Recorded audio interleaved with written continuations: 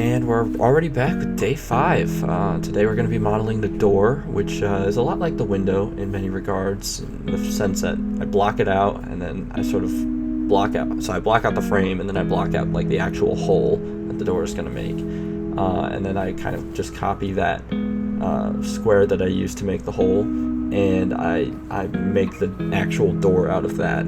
And I scale it down just a little bit because there's a little bit of gaps in between, like the floor and a little bit of the door frame. It's not airtight, so. And then here's where things got a little bit out of hand. I tried a lot of different ideas for this doorknob thing. First I thought I might just go with something simple, just kind of like sticking out from the door, but then I was like, no, my doorknob doesn't look like that.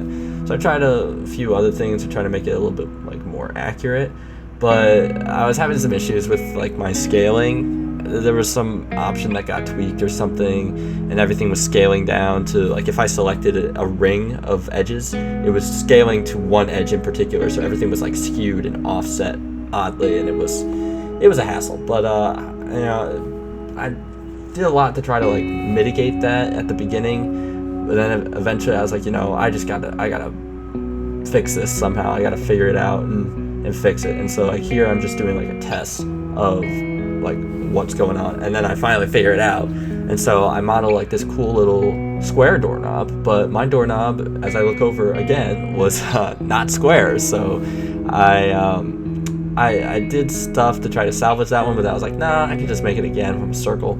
And so I did that, and this is a lot more accurate to like what my doorknob looks like. And I positioned it on the plate, and then I flipped it on the other side of the door and tried to make that as symmetrical as possible. And then I modeled the latch, and at this point I was a little bit exhausted from having to fix the skewing, so I just kind of did a quick latch and then shaded it smooth, and we called it a day. But yeah,